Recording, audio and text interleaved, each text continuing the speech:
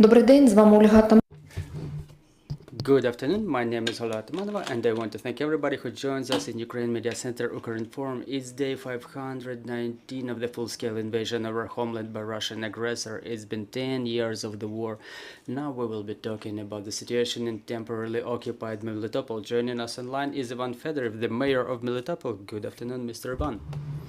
Good afternoon. I apologize for being late. Good afternoon, Mr. Ivan. What are the news from Melitopol? What's going on there for the time being? Just in brief, if I may ask you about the details about what's going on over there. Well, first of all, I want to say that once again the enemy has complicated the evacuation from temporarily occupied territories. We said that there are a couple of ways from temporarily occupied territories through LRP, DRP, and Novozovska, or through Crimea, and then through Georgia, through European Union countries, or through walking checkpoint in Kalinivka, which is in the border between Ukraine and the Russian Federation. However, starting from yesterday, the checkpost in Poltavka was shut down. It was comfortable for our people. It was the most convenient way to get out from the temporarily occupied territories to Ukraine. And I want to remind you that starting from the last December, the checkpoint in Vasilievka is shut down too. So this is how the enemy restricts the options for our citizens to come back to Ukraine, and the way of evacuation from temporarily occupied territories to the countries of EU or Georgia or otherwise takes from 4 to 6 days with different levels of complications imposed by the enemy. So what's going on in temporarily occupied territories? First of all, we see that enemy keeps having losses. Every day, one of the non-standard indicators of losses shows that the enemy tries to collect the donor blood from our citizens. They cannot get our citizens involved in donorship, and they resort to such non-standard solutions as disseminating of bulletins in Ukrainian language to urge everybody to donate blood, as if it's necessary for our pregnant women or people with oncological diseases, but we clearly understand that the amounts they need to be donated, no one would need them, no pregnant women could need them, and thus they're trying to cover the deficit of blood for their injured servicemen. Also, people keep suffering under occupation. Previously, the private companies, are being nationalized by them. They were capturing some small businesses like pharmacies or supermarkets. Now there is another way, the redistribution of that property. Previously, some unclear persons were coming who were protected by different law enforcement agencies of Russia, such as FSB, and they were capturing our enterprises. They were represented mostly by DPR, LPR. Now they come from different regions of Russia, and they take away the businesses from our people. We see the placards being changed on pharmacies, on the stores, and an pressing topic remains the harvest. The harvest left on the temporarily occupied territories. Only one monopolist company is entitled to buy it in temporarily occupied territories. I'll give you the price of the harvest in hryvnia.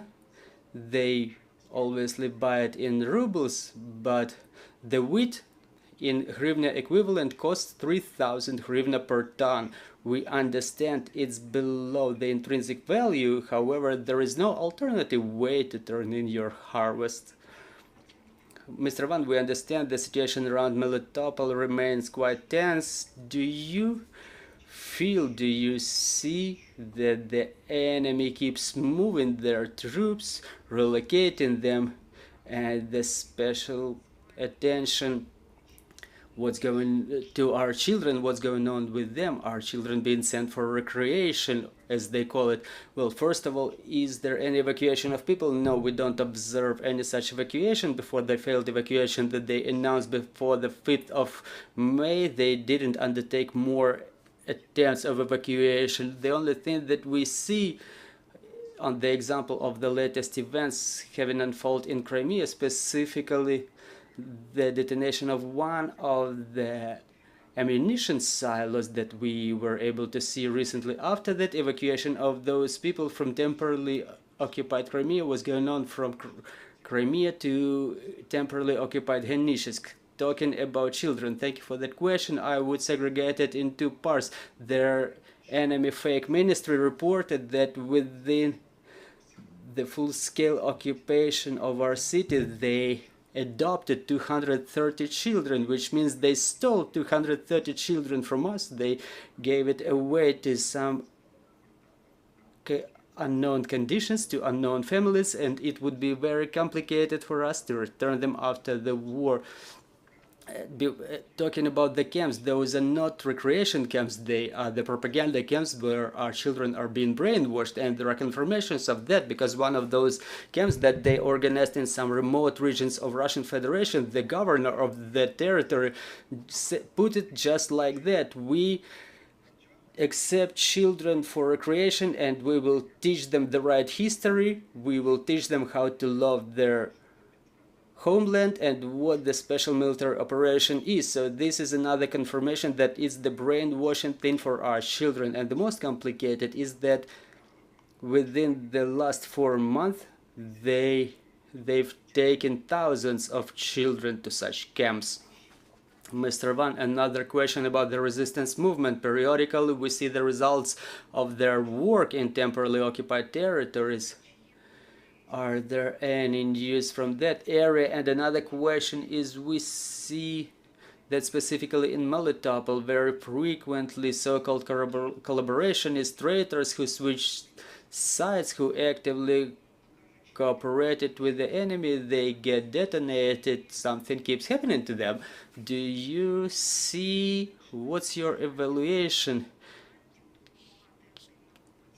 Hasn't their desire to help the occupational authorities decreased, and don't you see Russians taking those positions now? Well, I see that the level of collaboration is very low in temporarily occupied territory of Zaporizhia region, and those traitors who accepted to cooperate with the enemy are being thrown out of the enemy system, because nobody really needs the traitors. Within the last couple of months, we see that the proxy governor of Kirillivka, Priazovska, were removed from their offices. It's been the second time that the proxy governor of Vasela was removed again. So I can give you multiple examples when the traitors were either ousted from the system or replaced. A second thing I want to bring your attention to, it's easy to evaluate everything on the example of the police. Those dozens of policemen who decided to cooperate with the enemy, they were counting on some high salaries or something like that, but nothing like that is happening, because their offices, their positions are being cut and their salaries are being cut. Also, they were all forced to undergo the lie detector, and some of them were ousted afterwards from the so-called law enforcement agencies. Something is also happening with the military too. What I'm talking about, in different parts of Melitopol, they found at least 4 Russian military who were cut. Their bodies were cut, and they were found dead, which clearly evidences that the resistance movement in the temporarily occupied territories does not decrease but only intensifies due to the expectations of our heroic armed forces of Ukraine. Thank you very much for this information, dear colleagues. Do we have any questions from the floor? Good afternoon, Olga Panasenko, Ukrinform. You've told that in Veselivka district 3 proxy governors have changed. So those who are being fired by Russians, are they being punished, or do they remain there? And do we have any opportunity to bring those people to liability upon the occupation? Thank you.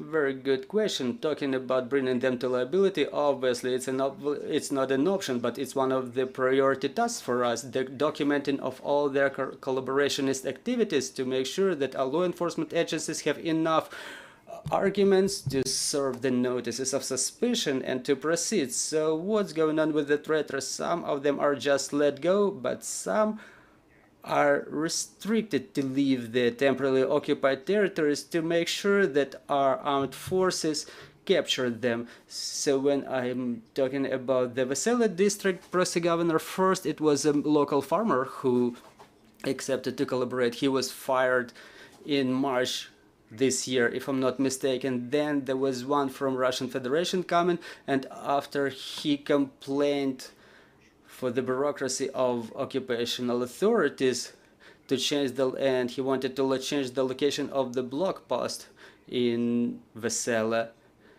He had to run around carrying papers for someone else, and then he was fired, and another one from Russia was coming to be appointed to that position. So what I'm talking about, the traitors are of no use to anybody. The new ones are appointed, but those new ones come from Russian Federation. Thank you very much for this broadcast. Thank you for finding time. I'm reminding dear colleagues, joining us was Ivan Fedorov, the mayor of Melitopol, and in a couple of minutes we will start our next broadcast.